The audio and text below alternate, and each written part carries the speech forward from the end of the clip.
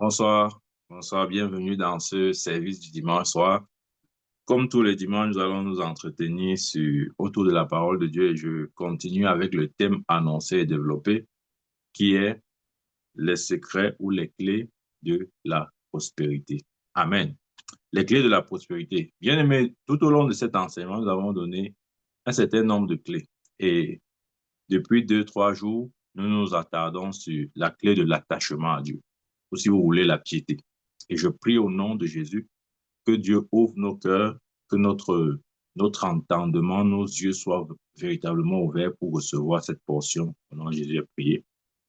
Donc, nous sommes sur la clé de l'attachement à Dieu ou encore notre piété. C'est ça l'attachement. Et nous avons vu que notre piété produit trois choses. Notre piété garantit, un, la protection, deux, le progrès ou l'avancement, c'est-à-dire Dieu nous fait avancer, nous continuons, comment dire, la phase de développement est continuelle, c'est continu.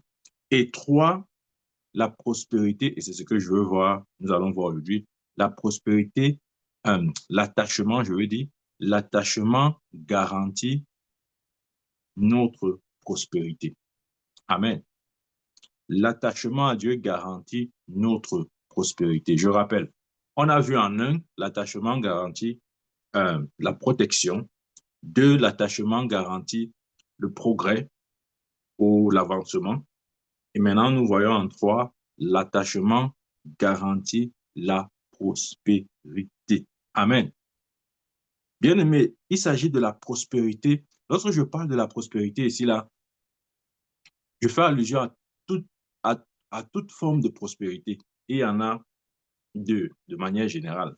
Il y a la prospérité spirituelle, qui est justement le développement si vous voulez, de notre homme intérieur, OK? Et il y a maintenant la prospérité matérielle ou financière qui a lié, ou bien qui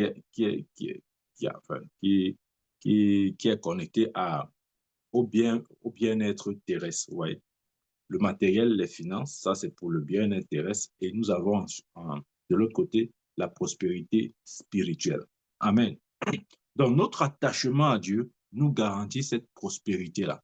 La prospérité matérielle, financière et la prospérité spirituelle. Amen. Et nous avons besoin de prospérer. Il dit dans 3 Jean 2, bien-aimé, je souhaite que tu prospères à tous égards. Amen. Donc, Dieu nous veut prospérer matériellement, financièrement, spirituellement. Mais ouais, notre prospérité dépend dans dans une mesure beaucoup plus large de, notre, de notre prospérité spirituelle. Amen. Donc, ça veut dire que si nous voulons grandir ou prospérer matériellement et financièrement, nous devons nous rassurer de prospérer d'abord spirituellement, notre homme intérieur, ou si vous voulez, notre vie spirituelle. Une chose est sûre, si notre vie spirituelle prospère, tout l'ensemble prospérera, parce que nous sommes des êtres spirituels. Amen. Ouvrons la Bible dans 2 Chroniques chapitre 26.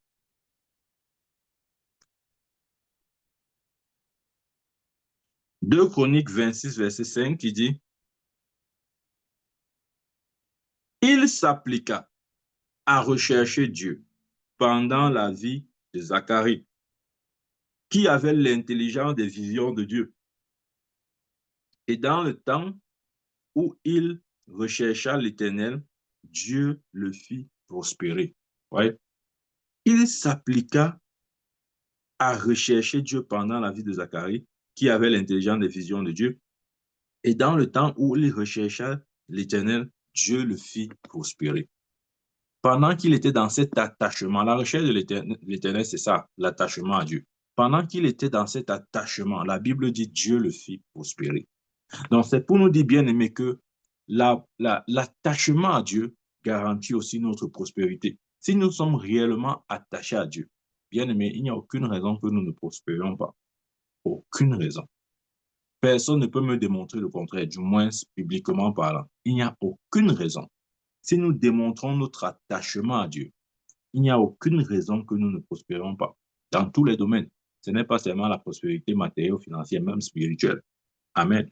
Rappelons-nous ce que Dieu avait dit à Josué lorsqu'il était en train de débuter sa carrière ou son ministère après la mort de Moïse.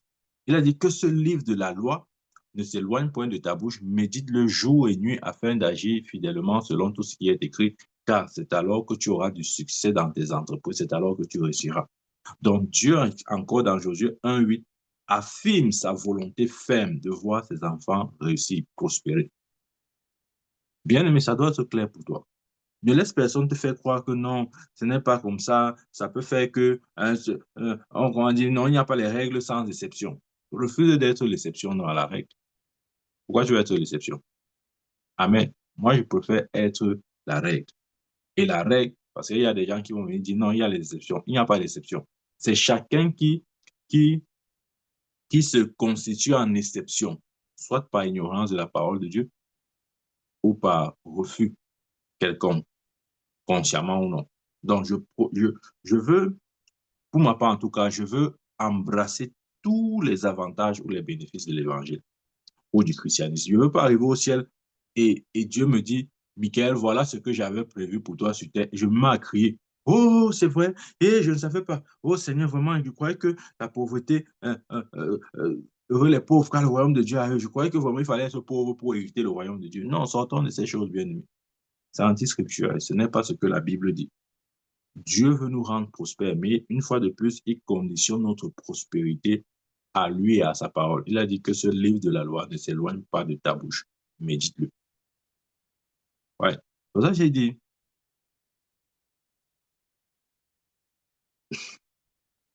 Dieu veut nous faire grandir, pas de la manière du monde. Ouais, le monde a sa façon de croître. Le monde croit, comment je vais dire ça, sur des choses peu stables. Amen. Le monde croit sur des choses peu stables, des choses qui peuvent être renversées à tout moment. Amen. La Bible dit que le juste croit comme le palmier. Dans le Somme dit ça. Il dit le juste croit comme le palmier. Vous voyez la croissance du palmier? Ce n'est pas une croissance vacillante, ce n'est pas une croissance où vous ne pouvez pas déraciner un palmier. Non. Personne ne peut venir avec la machette. Il dit qu'il vient déraciner le palmier. Ce n'est pas possible. Aucun vent ne peut déraciner le palmier. C'est ça la prospérité du juste. Nous croissons comme des palmiers. Amen. Ça veut dire que nos racines sont telles que rien ne peut bouger notre prospérité. Et c'est de cette prospérité que Dieu nous promet en Christ Jésus. Ce n'est pas une prospérité où un petit sorcier vient comme ça, là. Il fait des petits, ouais, il tourne un peu la calebasse. Allez, pfff, tout est bien, on disparu. Ou bien il vient avec des formules, des incantations. Allez, tu perds tout. Bien aimé, notre croissance est celle du palmier. Nous croissons comme des palmiers. Amen. Donc, refuse de croire que ton cas sera différent.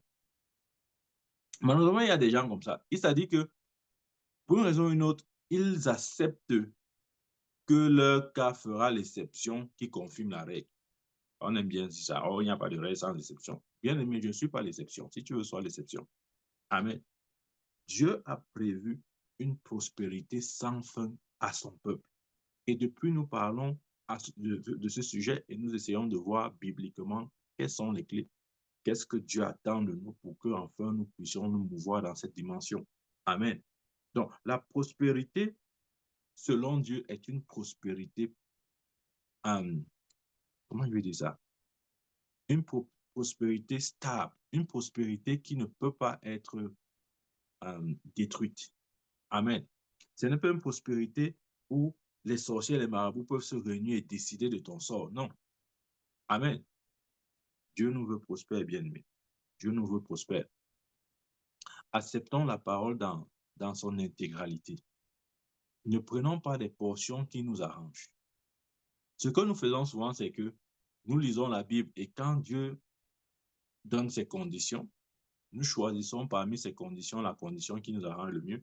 Ce qui ne nous arrange pas, nous mettons à la poubelle. Non, ça ne marchera pas ainsi, bien-aimé. Nous devons prendre la totalité. C'est la totalité dont il est question. Parce que notre prospérité ne dépend pas de Dieu. C'est vrai. Dieu n'a pas dans son esprit de rendre certains prospères et d'autres non prospères. Non, ça n'existe pas dans sa pensée. Ça existe dans notre compréhension, ça existe dans nos réflexions, dans notre façon de percevoir les choses. Mais Dieu ne voit pas ça comme ça. Dites-moi un peu, pour ceux qui sont parents, lequel des parents voudrait voir un enfant prospère et l'autre dans la galère? Est-ce que c'est possible? Même si tu as, même si, peu importe le nombre d'enfants tu as, que ce soit 2, que ce soit 10, que ce soit 100, un père normalement constitué aimerait voir la réussite de tous ses enfants, aussi nombreux qu'ils sont. Il n'y a pas un père qui va dire que non, je veux que telle personne réussisse. L'autre aussi. Non, toi, tu dois être un pousseur. Tu dois être un pousseur. Non. Je dis un père normalement constitué ne voudrait pas qu'un de ses enfants échoue dans la vie. Donc, Jésus pouvait dire, si méchant que vous êtes, vous savez donner des bonnes choses à vos enfants, à combien plus forte raison votre Père céleste donnera-t-il du Saint-Esprit à ceux qui le lui demandent? Donc, Dieu veut autant que nous notre bien, notre prospérité. Je crois que ça commence par là. Si nous refusons d'accepter cette volonté parfaite de Dieu qui est que nous prospérons, nous n'allons jamais prospérer. Parce que la Bible dit tel un homme pense, tel il est. Si tu penses que tu n'es pas appelé à la prospérité, tu ne vas pas prospérer. Tu vas prospérer pourquoi? Non. Amen. Donc Dieu nous veut prospère. Dieu nous veut prospère. Maintenant, nous allons voir 3 raisons ou obstacles à cette prospérité. C'est bien aussi de savoir ça. Parce que si tu sais ce qui peut représenter un obstacle à ta prospérité, tu finiras prospère. Amen. Si tu sais la cause, si tu sais ce qui peut empêcher cette prospérité de se manifester, les obstacles, les causes, tu finiras prospère. Amen. Bien sûr, en évitant les causes, tu finiras prospère. Amen. Donc, nous voyons maintenant les 3 obstacles à la prospérité. Le premier obstacle, c'est l'obstacle de la paresse. Amen. C'est vrai. Parce que, ouais, souvent, les chrétiens disent que, oh non, 3 Jean 2, 3 Jean 2 dit, oh, je souhaite que tu sois prospère à tous égards, comme prospère l'état de ton âme. Seigneur, Seigneur dit que veut être prospère. Tu peux résister ça 1000 ans. Mais si le premier obstacle, qui est celui de la paresse, est dans ta vie, tu ne prospéreras pas. Amen. Tu vas juste t'encombrer des versets bibliques, mais tu ne pourras voir, tu ne pourras pas, euh, tu pourras pas voir la réalisation de cette parole dans ta vie. Amen. La paresse représente un énorme blocage à la prospérité. Maintenant, je veux m'expliquer. Vous voyez, des fois, nous, enfants de Dieu, nous aimons bien vivre aux dépens des autres, d'autrui. Et, et cette approche ne nous aide pas vraiment dans le processus de la prospérité. Ça ne nous aide vraiment pas. Amen.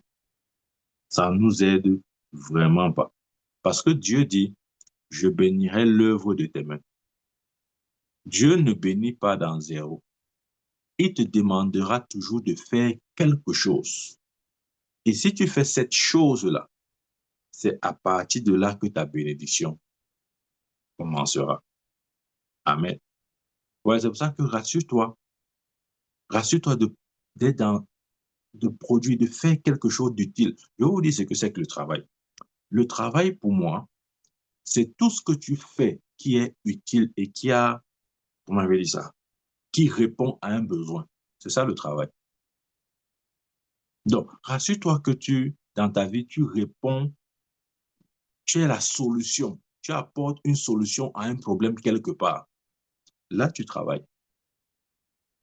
Amen. Mais si tu n'apportes la solution nulle part, c'est à ce moment que la Bible dit que tu es paresseux. Amen. Et il n'y aura pas de prospérité pour une telle personne. Même le proverbe nous demande d'observer les fourmis, comment ils travaillent, comment ils travaillent. Amen.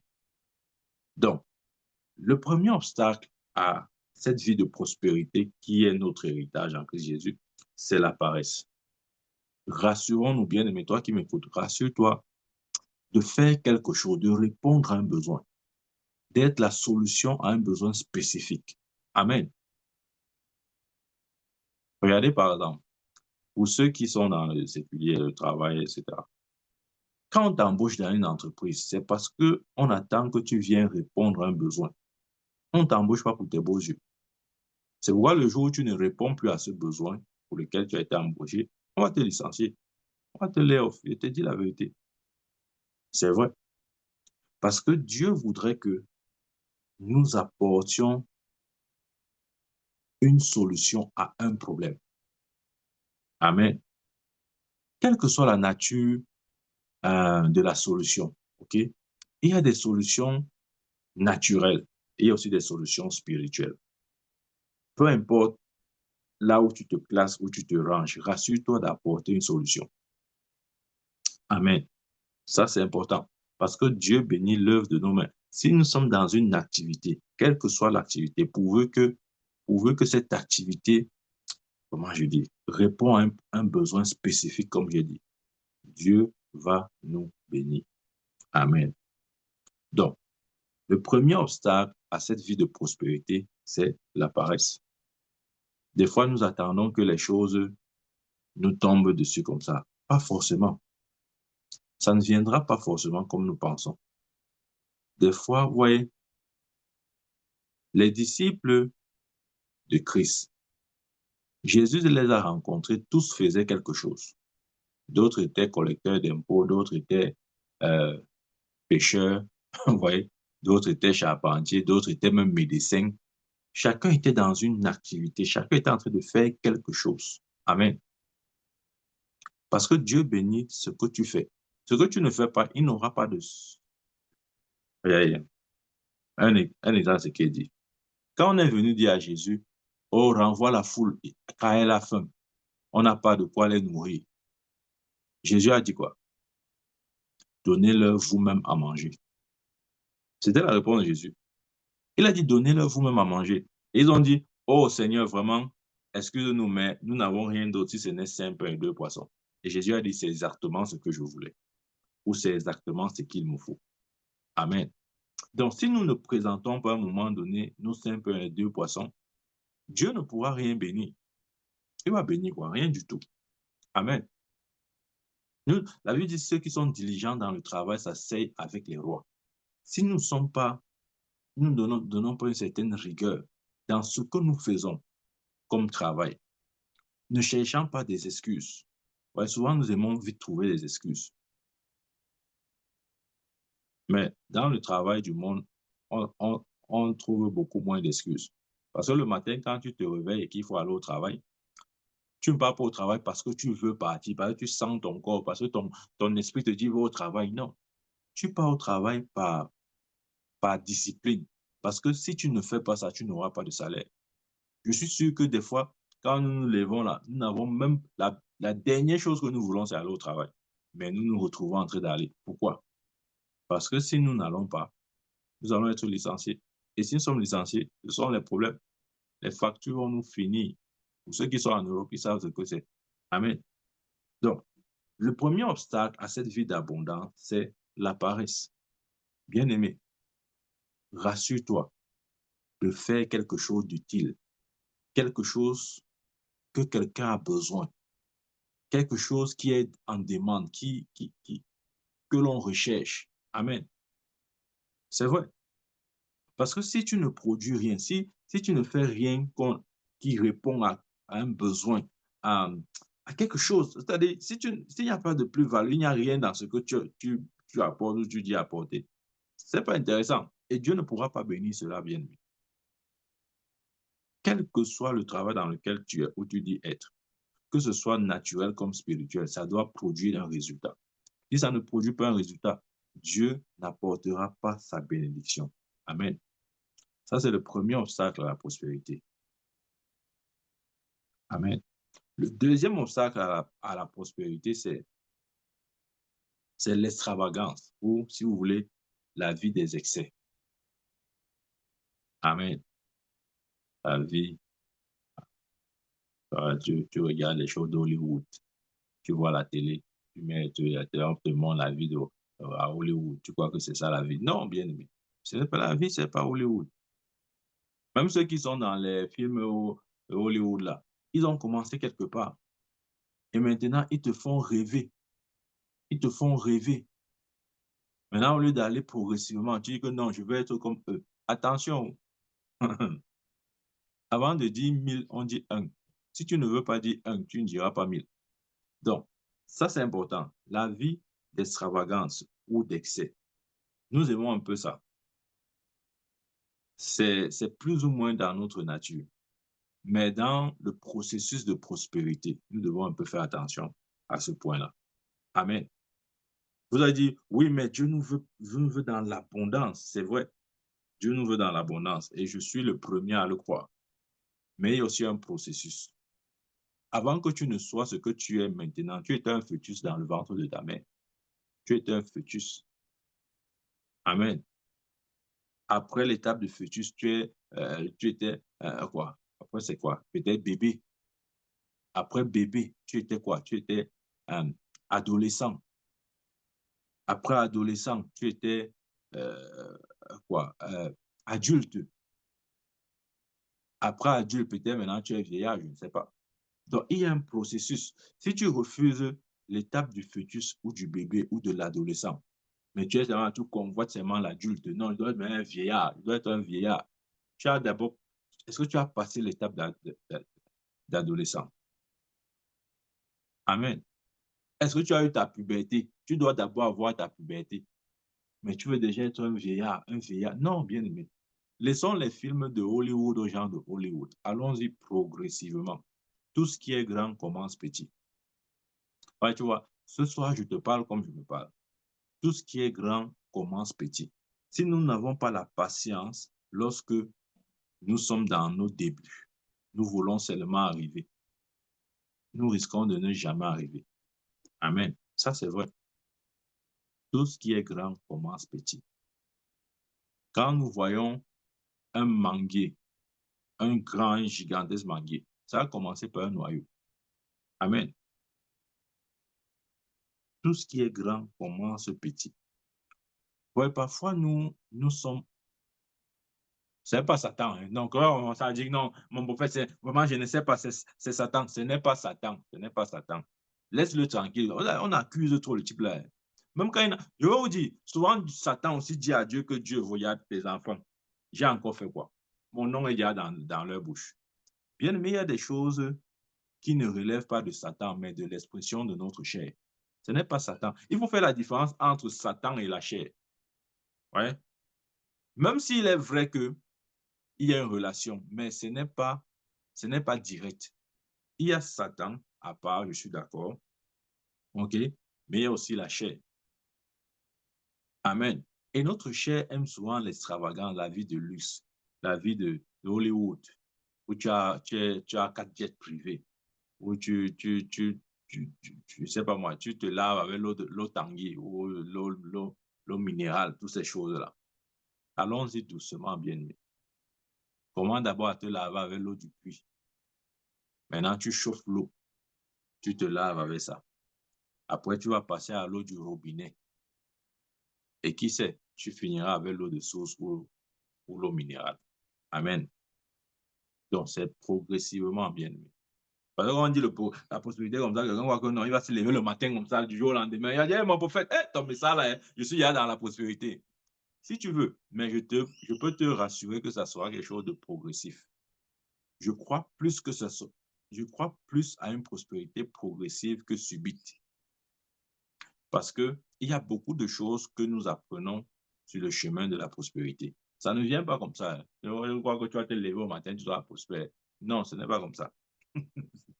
C'est toute une école. Il y aura des erreurs que nous commettrons. Nous allons apprendre beaucoup et nous allons avancer. Amen. C'est vrai, bien-aimé. Ouais, lorsqu'elle parle de l'extravagance, souvent nous sommes par notre chair. Ce n'est pas Satan. Je ne veux pas que tu accuses Satan aujourd'hui. Laisse-le tranquille. Parfois, nous sommes poussés par notre chair à contracter des dettes, par exemple, parce que nous voulons la vie de Hollywood. Nous voulons impressionner. Il faut qu'on sache que non, sur Terre, nous ne sommes pas venus accompagner les gens. Bien aimé, accrochons notre sac où on peut décrocher. Ce n'est pas le manque de foi, c'est plutôt le bon sens. Ouais, des fois, on croit que la foi, c'est la folie. Donc, dès que tu fais la folie, c'est que tu es dans la foi. Et quand tu raisonnes dans le bon sens, c'est que tu es incrédule. Non, ce n'est pas vrai. Amen. La vie d'extravagance nous poussera à contracter des dettes inutiles. Amen. Je prends un exemple. Je prends un exemple. Euh, euh, tu, tu, tu peux donner la correspondance en francs CFA ou en euros, dollars, hein, peu importe. Par exemple, tu gagnes 100 000 francs de salaire,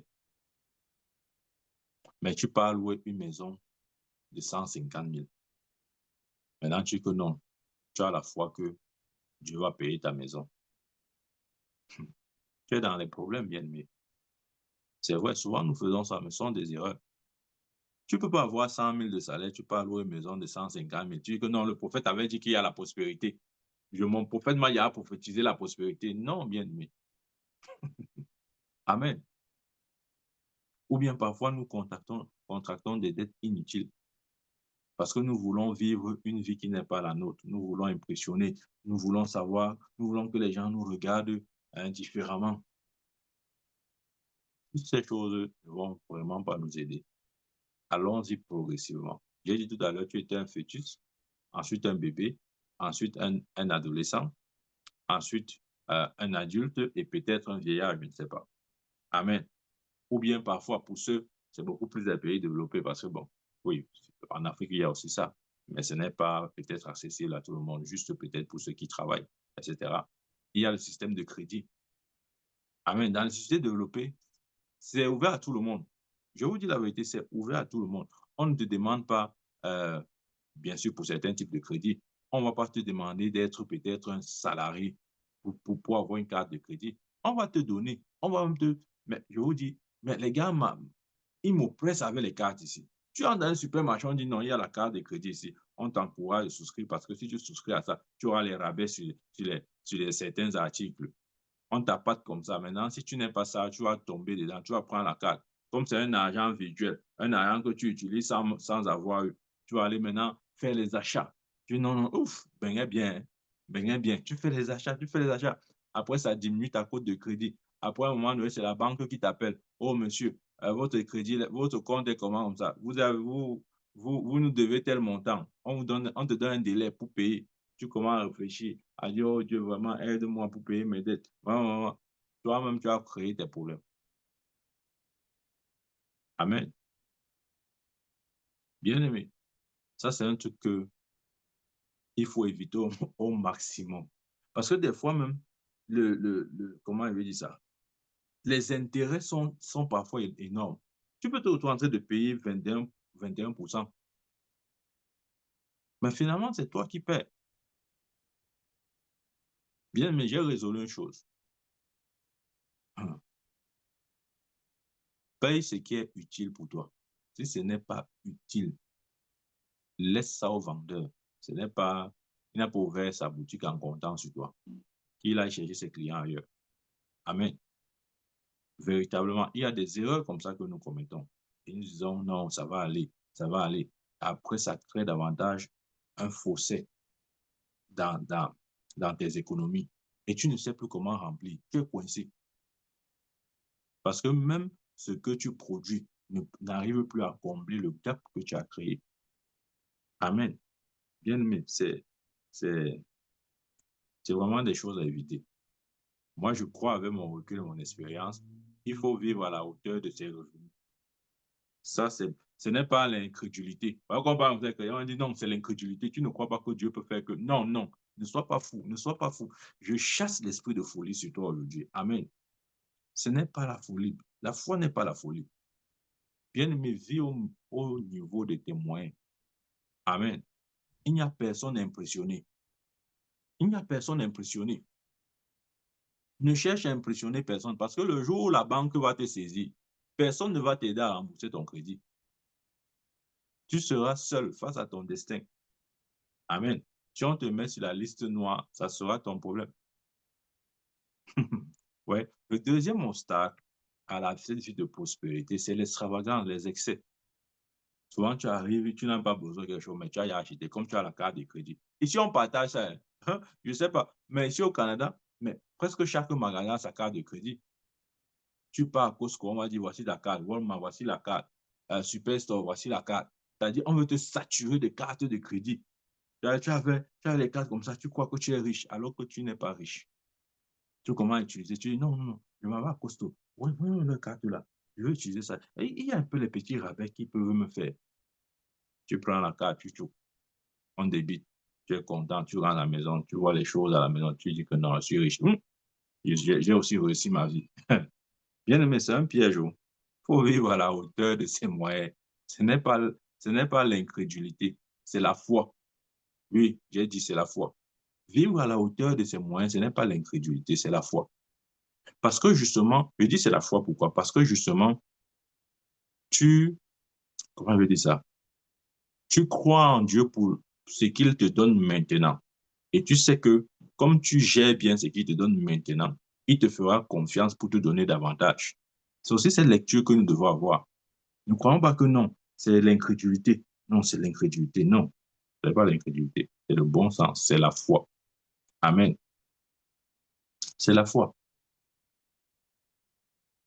Parce que Dieu ne se fâchera pas de nous si nous essayons de planifier sur ce qu'il nous donne. Il ne va pas se fâcher, bien aimé. Il ne va pas se fâcher. Il ne va pas dire que, oh, mes enfants, pourquoi vous n'avez pas la foi? Vous devez avoir la foi. Non.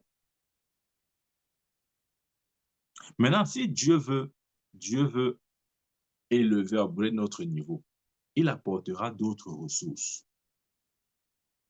Il ajoutera à ce que nous avons d'autres ressources. Et là, nous pourrons passer à un autre niveau. Dieu pourvoit toujours quand il t'élève, quand il t'amène à un autre niveau. Il ne peut pas t'amener à un autre niveau sans la provision. Non. Si tu as un niveau, tu passes à un niveau X plus 1 sans la provision qui correspond au niveau X plus 1. Mon frère, retourne vite au niveau X. Retourne vite au niveau X. Non, ne prie pas, ne jeûne pas, retourne là-bas. Ça veut dire que ce n'est pas encore le moment pour toi de passer au niveau X plus 1. Sinon, tu vas te mettre la pression pour rien. Bien aimé, ça, c'est une résolution personnelle. Je n'achète plus rien qui n'est pas utile. Sortons de ce piège. Sortons de ce piège. Ça va nous traiter. Surtout des sociétés occidentales, ça va nous traiter, bien aimé. Tu vas rester comme ça, là. On va te dire, mais alors ta foi en Dieu, ça va te dépasser. Parce que ce n'était pas la foi au début, c'était juste la folie. Bien aimé, faisons attention. Donc, deuxième obstacle à l'abondance, c'est l'extravagance ou les excès. Parfois, tu as les habits, mais comme tu as la carte de crédit, tu pars, tu dis que non, il me faut changer ma garde-robe. Ta garde-robe là avec quoi? Non, non, non, mon prophète, tu ne comprends pas. C'est que les habits, sinon, j'ai apporté ça. C'est vieux? Non. Ça a quoi? Non, je dois seulement changer. Je ne dis pas qu'on ne peut pas changer notre garde-robe, mais change si tes ressources te le permettent. Ne te le permettent. Ne change pas juste pour impressionner, pour qu'on sache que non, tu as les dernières nouveautés. C'est lui, les derniers habits, les dernières marques. On doit aller voir ça chez lui. Ça ne sert à rien. C'est ce que j'ai dit, c'est la chair, c'est la chair. L'extravagance et les excès, c'est le produit de la chair. Même la Bible nous enseigne à nous contenter. Bien aimé, la foi, c'est aussi le contentement. Nous devons nous contenter de ce que Dieu nous donne. De cette manière, il pourra davantage nous donner. Mais quand nous n'avons pas l'esprit de contentement, on veut seulement plus. Dieu te donne 100 000. Au lieu de te contenter et de dire merci à Dieu pour ces 100 000 et de commencer à être un bon gestionnaire pour ces 100 000. Tu dis non, non, Seigneur, 100 000, c'est quoi? C'est rien. Donne-moi 500 000. J'ai la foi pour 500 000. Oh Dieu, je prie. Et là, 500 000, Seigneur. Oh, 500 000, oh Dieu. Tu te trompes. Les 500 000 là ne viendront jamais. Amen. Il a dit quoi? Le bon et le fidèle serviteur, c'est celui qui est fidèle en peu de choses. Si Dieu n'a pas confiance en toi, lorsqu'il te donne 100 000, pourquoi est-ce qu'il devrait te donner 500 000? Mais c'est pour que tu sois fou. Si tu n'arrives pas à gérer 100 000, s'il te donne 500 000, tu vas être fou. Mais comme Dieu ne veut pas te perdre, c'est même parce qu'il t'aime qu'il ne te donne pas les 500 000 là. Il dit non, mon enfant, s'il te donne 500 000, tu seras irrécupérable. Donc, vaut mieux je te laisse avec ton 100 000. Gère ça comme tu veux. Si tu veux, gère mal, mais c'est ton niveau là. Mais quand tu vas gagner en sagesse et en maturité, tu sauras mieux gérer les 100 000. Tu vas dire, OK, parce que tu peux mieux gérer 100 000. Maintenant, je te donne 500 000. Tu vois, c'est ce qu'il faut comprendre. Amen. Donc, la deuxième chose qui nous empêche, ouais, aujourd'hui, je vais doucement, parce que ce qu'il dit est très profond. Ça, c'est la vie pratique maintenant. La deuxième chose qui nous empêche d'entrer à la prospérité, c'est l'extravagance ou les excès. La troisième chose qui nous empêche de jouir cette prospérité qui vient de notre attachement à Dieu, c'est quoi? C'est la mauvaise gestion. Bien sûr, c'est juste la conséquence du premier et du deuxième, la mauvaise gestion. Bien aimé, des fois, nous sommes des mauvais gestionnaires. Vous voyez, des fois, il faut vraiment se repentir pour de telles choses. Amen. Des fois, nous sommes des mauvais gestionnaires. Regarde, nous sommes quoi? Nous sommes au mois de août déjà. Bien aimé, peut-être tu ne l'as pas fait, mais assieds-toi, si c'est possible. Calcule tous les entrées que tu as eues de janvier en août et regarde ce que tu as dans la caisse actuellement. Tu n'en reviendras pas. On va te dire que c'est toi qui as eu l'argent. Tu vas dire non, ce n'est pas moi, alors que c'est toi. Amen. C'est-à-dire, assieds-toi. Même aujourd'hui, après l'enseignement, regarde, janvier à août, chaque mois, si tu peux retracer les biens ou les bénédictions que tu as apportées dans ta main. Maintenant, nous sommes à août. Fais le bilan. Tu vas voir que tu n'as du tout rien dans la poche. Tu n'as rien du tout.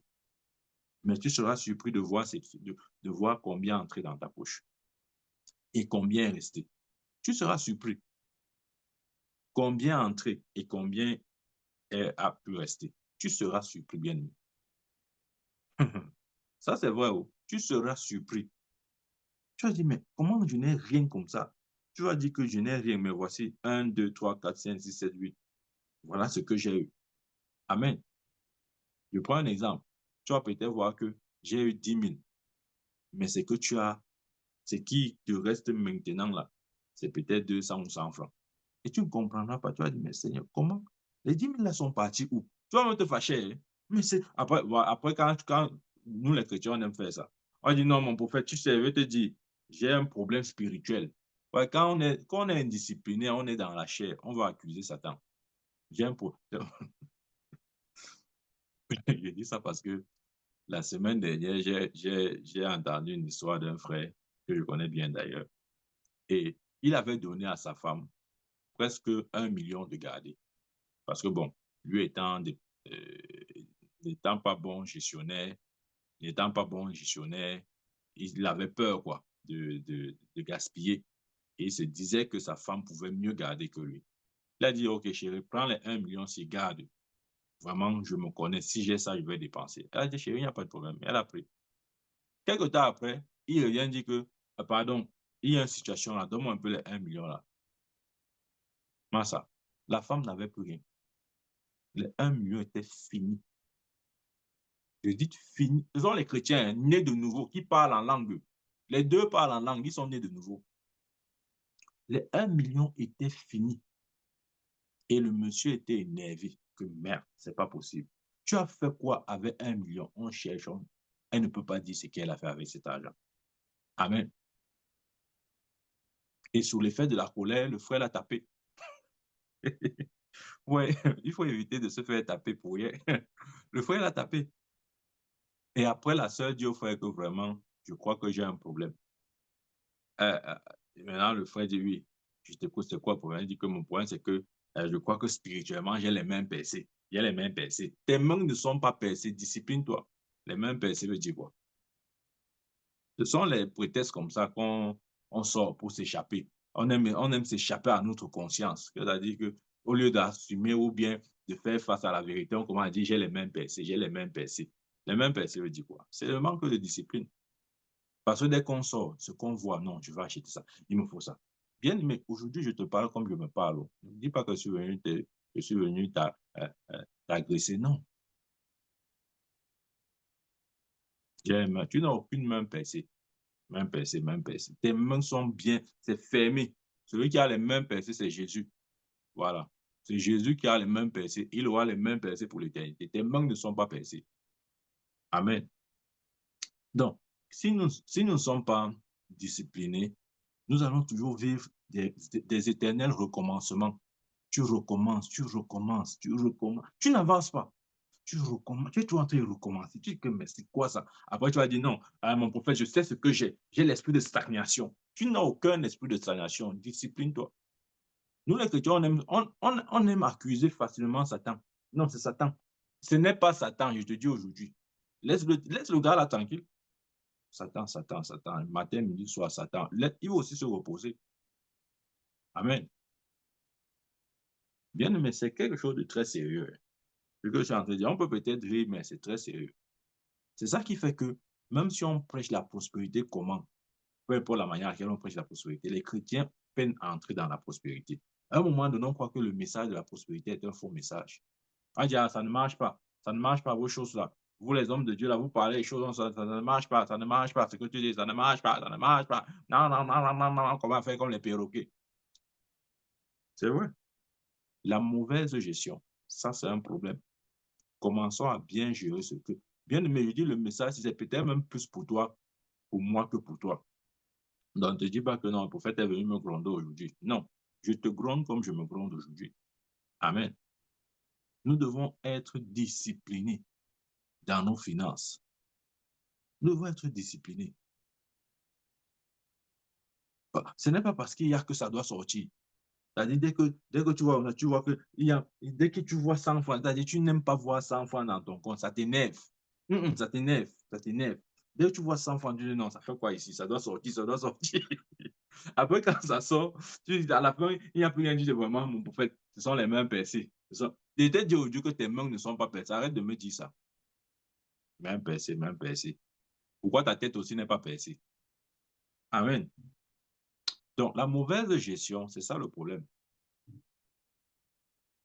Nous devons être des bons gestionnaires. Et il t'a dit que si Dieu ne te fait pas confiance pour 100 000, il ne te fera pas confiance pour 500 000. Amen. C'est logique. Et la mauvaise gestion révèle aussi notre caractère d'extravagant. Parce que quelqu'un d'extravagant, c'est un mauvais gestionnaire. Quand il va arriver dans tous les supermarchés, il va avoir la carte de tous ces supermarchés-là. Bien aimé, si tu as la carte de ces supermarchés, si tu ne peux pas aller les remettre, détruis ça. Oui. Ou jette même ça si tu veux. Ça ne sert à rien. Tu fais quoi avec 5 cartes de crédit? C'est pour t'endetter. Parce que tu vois, comme c'est là, tu vas dire non, je peux utiliser, je dis comme ça, je vais rembourser. Tu ne vas pas rembourser. Tu sais que tu ne vas pas rembourser. Arrête de te tromper. Non, non, tu ne comprends pas. Je veux seulement faire comme ça. Je veux faire comme ça pour rembourser. Tu ne vas pas rembourser. Tu te trompes et tu sais que tu te trompes. Tu vas prendre pour rembourser. Si tu gagnes 100 000 francs et que tu vis une vie de 150 000, tu vas prendre les 50 000 supplémentaires. Tu ne vas pas rembourser. Non, non, mon prophète, ce n'est pas la foi que je dis ça. Et je t'ai dit que la foi, ce n'est pas la folie. Tu continues à dire ça. Amen. Bien, mais si nous n'avons pas une bonne gestion financière, on sera toujours dans les ennuis. On sera toujours dans les ennuis. Et je crois que c'est même quelque chose. Euh, euh, euh, euh, un jour, mon frère me parlait de la question de la gestion financière. C'est quelque chose qu'il faut traiter au sérieux.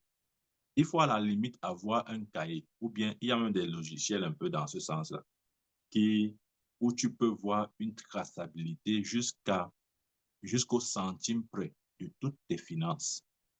Ça, c'est important. Ça, c'est ça que l'on appelle aussi la discipline. Parce que c'est facile de donner, par exemple, si tu as 100 000, OK, tu vas dire non, j'ai donné 500, ah, bon, c'est seulement 500. Bon, ça va, ce n'est pas grave. J'ai donné 2000. Oh bon, OK, ce n'est pas grave. Mais à la fin du mois, tu vas voir que ces 500, ces 2000, ces 1000 francs représentent déjà un 20% ou un 25% de ton salaire. Et ce ne sont pas des choses que tu peux capitaliser, ce ne sont pas des choses qui sont sorties pour accomplir quelque chose de vraiment important. C'est juste, comme on dit, euh, euh, l'argent du vin, juste pour aller gaspiller. Ouais, ce qu'il veut dire. Et quand tu vas faire comme ça, 1, 2, 3, 4, 5 ans, tu es toujours au même niveau. Tu vas dire que, mais pourquoi moi, je ne prospère pas alors? N'est pas le prophète avait dit que Dieu veut que je prospère. Après, il a dit non, c'est un faux prophète. Un faux prophète comme ça, il nous arnaque, il nous ment même, il nous ment. Bien aimé, c'est de ça qu'il s'agit les questions. Si nous n'avons pas une bonne gestion financière, nous serons toujours dans les problèmes. Prie en langue comme tu veux. Lis la Bible comme tu veux. Si tu n'as pas une bonne gestion financière, tu seras toujours dans les problèmes. Ça, c'est vrai. Parfois, nous sortons. Bien aimé, je vais te dire, et ça, c'est une résolution personnelle. Maintenant, quand je pars, j'ai résolu ça comme ça là. Si je dois aller faire du shopping, si je dois choper, je définis exactement dès la maison ce que je m'en vais prendre. Discipline-toi comme ça. Ne pars pas au magasin avant de dire que je veux même quoi. Tu vas tout prendre. Surtout si tu as les cartes de crédit. Tu vas tout prendre. C'est vrai. Quand tu vas aller faire le shopping, ne pars pas au magasin. Ne fais plus ça. Assieds-toi à la maison. Tu prends la feuille et le bic. Tu listes ce que tu veux. Ce que tu peux acheter. Tu dois lister ça avec le prix, si tu connais le prix, ou une estimation. Quand tu arrives, parce qu'à la maison, tu es lucide, mais au magasin, tu vas perdre la lucidité. Ça, je te dis, parce que les articles sont attrayant, ça t'attire, ça dit achète-moi, me voici, tu ne m'achètes pas, achète-moi, tu as besoin de moi, alors que tu n'as pas besoin de lui. Tu vas commencer à dire non, achète-moi. Non. Voilà pourquoi, fais ça quand tu es lucide. À la maison, cite ce que tu veux. Je veux dire quoi? Note ce que tu veux sur un papier. Si tu as une estimation du prix, vas-y. Si tu ne peux pas, si tu pars même sur Google, tu tapes ça, le prix. Dans le supermarché, on va te dire le prix. Tu sais exactement que comme je sors comme ça, je dépense 100 euros ou 125 euros ou même 20 euros. Quand tu as acheté ce que tu as prévu acheter, sors du magasin là très vite. Ne laisse pas une petite voix te dire que non, va un peu dans l'autre rayon. Ne pars plus d'un rayon. Ne pars plus. Sors, rentre à la maison. Parce que c'est en allant dans l'autre rayon que tu seras tenté. Et tu vas dire, non, je prends seulement ça. C'est pas cher. C'est combien? C'est 20 dollars. Non, 20 dollars, c'est quoi? C'est rien. Chérie, prenons. C'est seulement 20 dollars. Mais tu cumules les 20, 25 dollars comme ça, les 5 dollars. À la fin, tu vas te retrouver avec un 200 dollars qui n'était pas prévu. Et tu seras toujours au même niveau. Tu ne vas pas grandir. Hein. Tu ne vas pas grandir. Tu vas seulement réciter les versets bibliques. Alors, la Bible dit que bien aimé, je souhaite que tu prospères à tous égards, comme prospère l'état et ta santé. Tu te détruis toi-même. Amen. Bien aimé, achetons ce qui est nécessaire. Ça s'appelle la discipline financière. Ça nous permettra de prospérer. Nous croyons que non, on n'a pas besoin de ça. Si, nous avons besoin d'être disciplinés. Maintenant, je ne suis pas en train de dire que nous devons être radins au chiche ou bien quoi que ce soit. Non, ce n'est pas ce que je suis en train de dire. Oui, j'aime bien ce qu'a dit John Wesley. Il a dit un jour, gagner le maximum d'argent, là je le cite, gagner le maximum d'argent, mettez de côté le maximum et donnez le maximum. Tu vois, tu n'as pas écrit ce que j'ai dit. Écris la citation de John Wesley. Ça va t'aider bien. John Wesley a dit, gagner le maximum d'argent. C'est normal. Gagne le maximum d'argent. Mets de côté le maximum d'argent. C'est normal d'épargner. Mets de côté le maximum d'argent. Et donne le maximum d'argent. Parce qu'il y a aussi le donner. Il a dit donner vous sera donné. OK. Ça veut dire quoi? Ça veut dire qu'il y a comme un équilibre qui doit se créer. Je ne suis pas en train de dire là, épargne, épargne, épargne encore et encore, épargne, épargne, épargne, ne donne rien à personne, ne donne ni 10 ni offrande, épargne seulement, épargne. Ça, c'est la folie. Amen. C'est pour ça que j'aime bien cette idée, cette pensée. Gagne le maximum d'argent, mettez de côté le maximum d'argent et donnez le maximum d'argent. En d'autres termes, trouvez l'équilibre dans vos finances. Amen. Ça, c'est important. Il y a des choses que Dieu nous demande. Et ça, ce sont des obligations si nous sommes chrétiens. Sauf si nous sommes païens. Il y a la dîme et l'offrande. Ça, c'est le minimum. J'ai enseigné ces deux points. Ces deux points. Ça, c'est le minimum. La dîme et l'offrande, c'est le minimum. Si tu es chrétien et que tu luttes encore, tu dis non, je ne sais pas s'il faut donner la dîme, j'attends à être convaincu, j'attends que Dieu me parle si je dois donner la dîme ou si je ne dois pas donner la dîme. Je t'ai dit depuis le début de cet enseignement, il ne va rien te dire. Parce que Dieu ne nous convainc pas sur ce qui est écrit. Il nous convainc sur ce qui n'est pas écrit. Si Dieu a déjà dit dans sa parole, donner dîme et offrande, et que tu as lu ça dans la Bible, ne cherche pas une autre conviction, il n'y aura pas de conviction. Parce que si les Écritures ne t'ont pas convaincu, rien ne pourra te convaincre. Rappelez-vous, lorsque le riche Lazare a vu le pauvre, enfin, l'homme riche a vu le pauvre Lazare dans le sein d'Abraham, il a dit à Lazare, à Abraham, s'il te plaît, dis à Lazare de venir mettre un peu de goutte sur ma langue parce que je suis dans un lieu de tourment.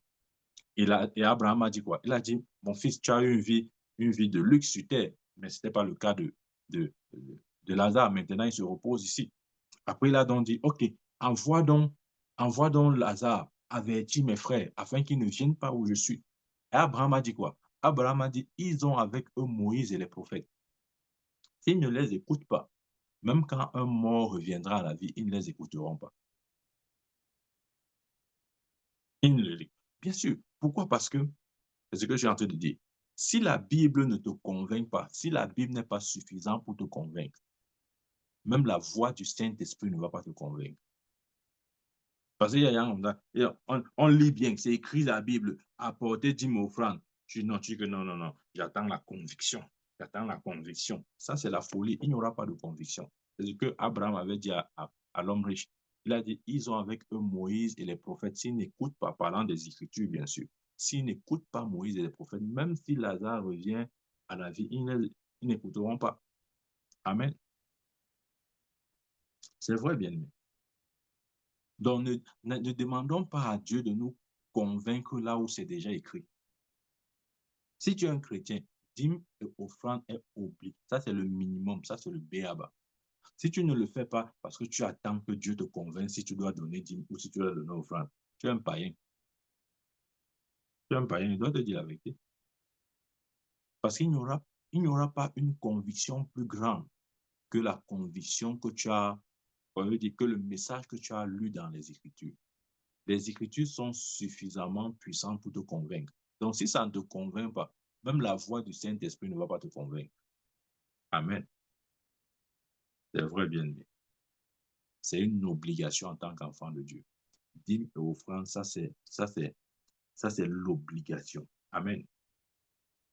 Donc, John Wesley a dit, gagnez le maximum d'argent, mettez de côté le maximum, donnez le maximum. Oui, nous pouvons gagner davantage si possible. Amen. Il n'y a rien de mauvais en cela. Mais vous voyez, lorsque nous essayons de retenir, de garder, d'épargner au-delà de ce qui est permis, là, c'est un problème aussi. Amen. C'est vrai. Ça veut dire que si Dieu augmente vos affaires, gloire à Dieu. Si Dieu vous donne une autre proposition même de travail mieux rémunérée et que ça n'empiète pas sur votre foi, sur la croissance de votre foi, allez là-bas. C'est la volonté de Dieu que nous grandissons aussi professionnellement parlant. Si tu es quelque part où on te donne 100 000 et que tu as une autre opportunité où on te donne 200 000 et que cette opportunité de 200 000 n'empiète pas sur ta foi, ça ne te déconnecte pas de Dieu, ça ne te déconnecte pas des obligations que tu as en tant qu'enfant de Dieu en termes de réunion, d'assister au meeting, etc. Pourquoi pas? Vas-y. Amen. Bien aimé. Nous devons des fois nous asseoir et raisonner, réfléchir même. Ce n'est pas l'incrédulité. C'est aussi à ça que c'est nos cerveaux. Amen. C'est vrai. C'est vrai.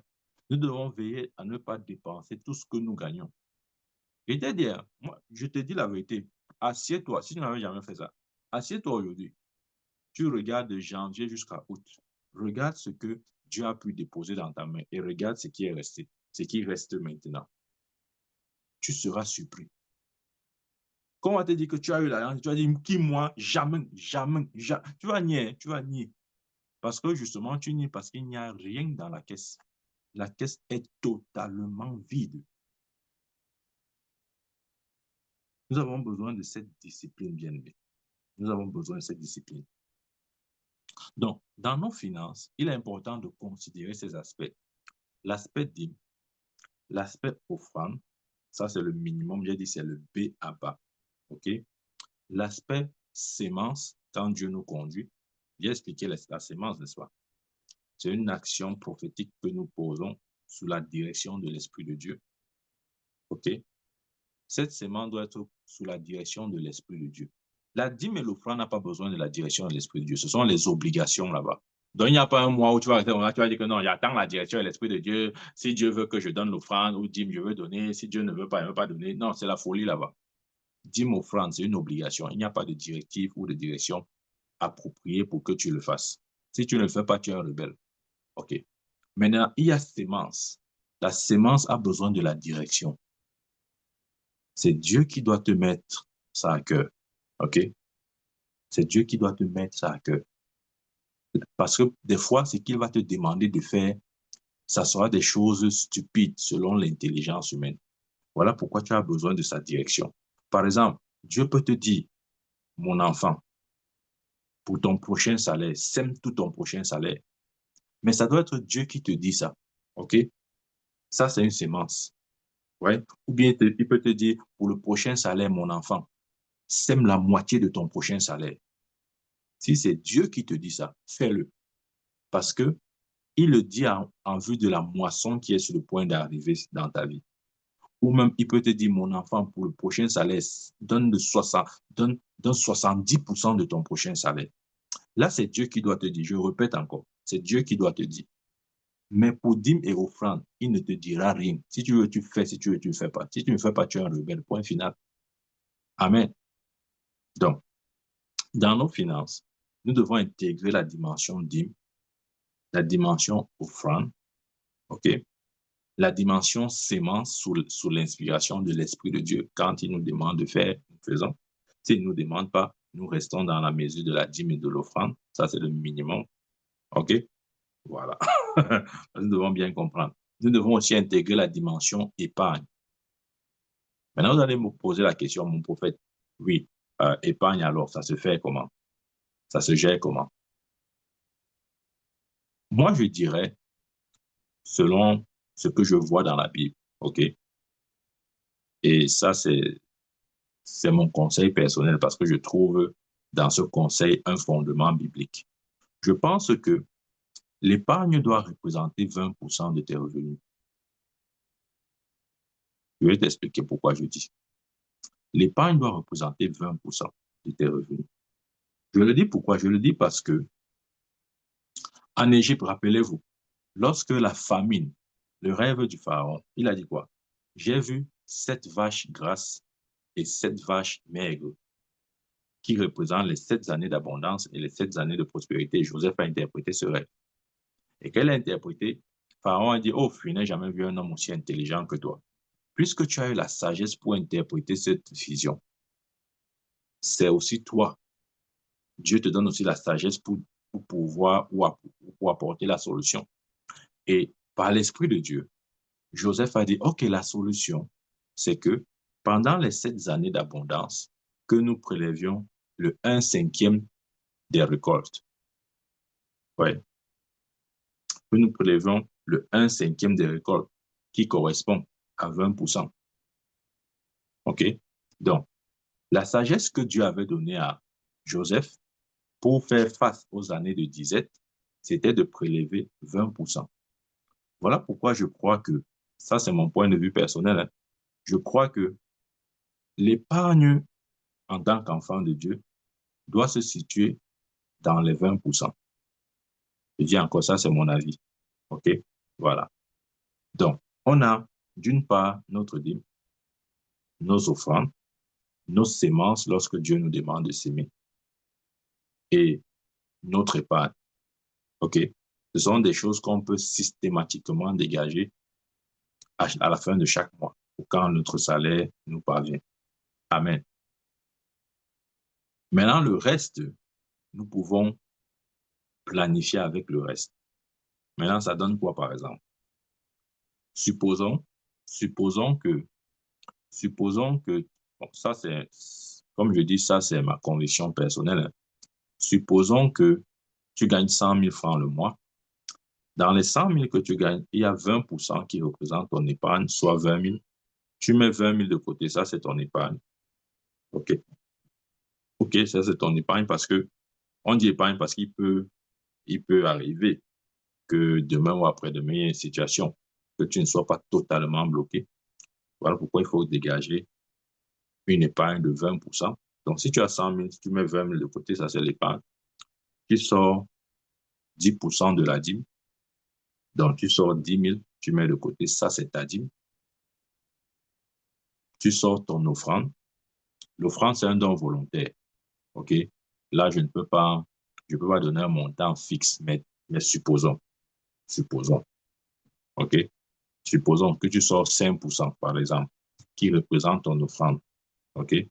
Donc, ça veut dire que tu auras, pour un salaire de 100 000, 20 000 pour épargne, 10 000 pour la dîme, 5 000 pour l'offrande. OK?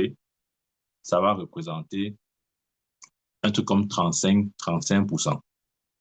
Maintenant, vers les 65%, tu peux planifier. Ça, c'est ce qui, entre guillemets, te revient. Maintenant, tu planifies ta vie sur 65% de ton salaire. Ayant justement répondu à toutes tes obligations euh, spirituelles. Maintenant, avec les 65%, tu peux planifier ta vie en fonction peut-être de tes projets, de ce que tu veux faire et aussi de tes charges. Ouais, parce que peut-être il y a euh, les charges fixes comme le loyer, l'eau, la lumière, le gaz, etc. Donc, tu gères maintenant avec tes 65%. Ça, c'est ce que tu gères. OK? Tu te planifies là. Maintenant, tu sais que spirituellement parlant, tu as respecté le protocole spirituel. Le reste, demande la sagesse à Dieu. Il va te dire quoi faire des 65% restants. Amen. Bon, ça, c'est mon point de vue, hein. Tu es libre d'accepter ou pas. Mais moi, en tout cas, c'est ma façon de voir. Et aussi, comme j'ai dit, je pense que il y a, comment je vais dire ça? Lorsqu'on parle de planification, nous devons planifier sur des choses constantes. Comment je vais dire ça? Sur des revenus constants. Je prends un exemple. Tu gagnes 100 000 le mois et, et peut-être le mois suivant, quelqu'un, pour une raison ou une autre, te donne 50 000 comme ça pour rien. Enfin, te fait donc, si tu veux. Je te donne quoi? 50 000. Bon, il veut, Dieu l'a mis à cœur de te bénir avec 50 000, tout ça. Bien aimé, ne crois pas que, comme le mois suivant, d'après, tu as eu 150 000, tu vas commencer à planifier ta vie sur 150 000. Non. Parce que le 50 000 additionnel là, c'était comme un bonus. Parce que la personne ne t'a pas dit que il va te donner ces 50 000 constamment. Il ne t'a pas promis ça. Donc, ne commence pas à dire que non, comme le mois suivant, j'ai eu 150 000. Allez, ma vie maintenant, je la planifie avec 150 000. Non, planifie sur le constant. C'est ce que tu es sûr que ça sera toujours là. Amen. C'est sur cette valeur que tu dois faire tes planifications. Amen. Je dis parce que des fois, nous pouvons agir comme ça. Il peut arriver un mois où on a plus d'entrées que ce qui est que la normale. Voyez? Et ça ne veut pas dire que nous devons planifier par rapport à ça, non. Nous planifions par rapport à ce qui est constant. Parce que comme j'ai dit, les 50 000 additionnels de bonus que tu as reçus, ce n'est pas une promesse que tu l'auras. La personne en te donnant ne t'a pas promis que non, chaque jour maintenant, je vais te donner, ou bien chaque mois maintenant, je vais te... Non, ce n'était pas une promesse, c'était juste un don spontané comme ça. Amen. Donc, c'est important de planifier sur ce qui est constant. Bien, mais commence à appliquer ces petits principes-ci. Tu seras surpris de ton progrès. Tu seras surpris. Tu seras surpris. Et tu vas voir que il y a comme une croissance dans tes finances. Tu contrôles mieux tes finances.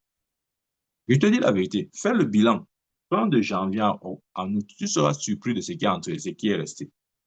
Je te dis, tu seras surpris. On va te dire que tu as eu l'argent, tu vas dire que jamais, jamais, jamais, tu vas discuter.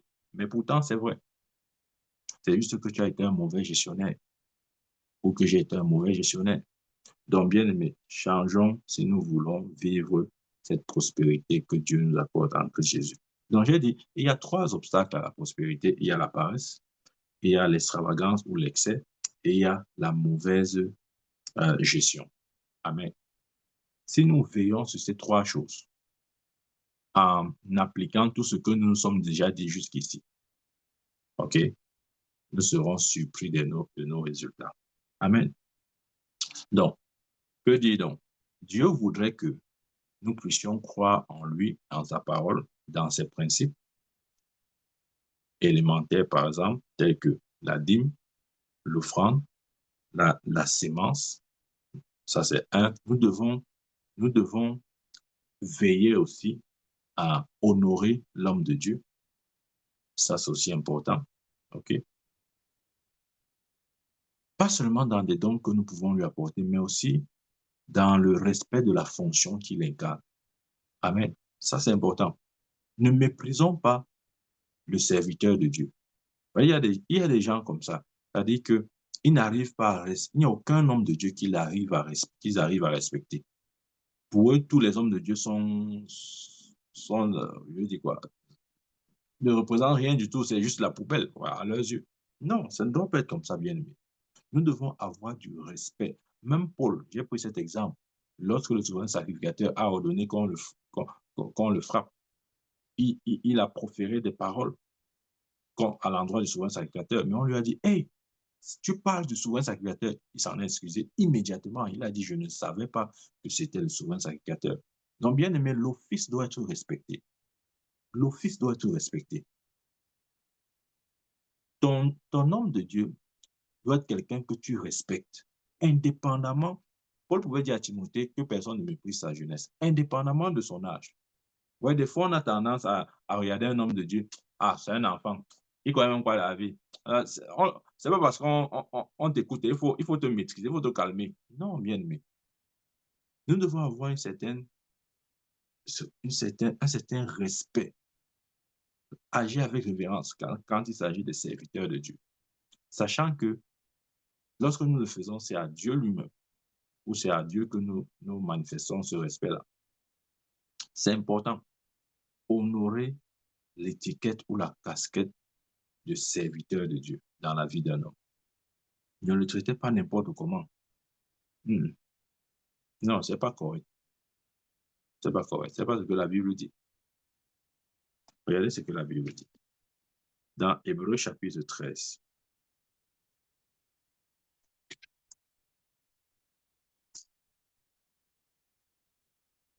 Hébreux 13, 17. Il dit, obéissez à vos conducteurs et ayez pour eux de la déférence. Ouais.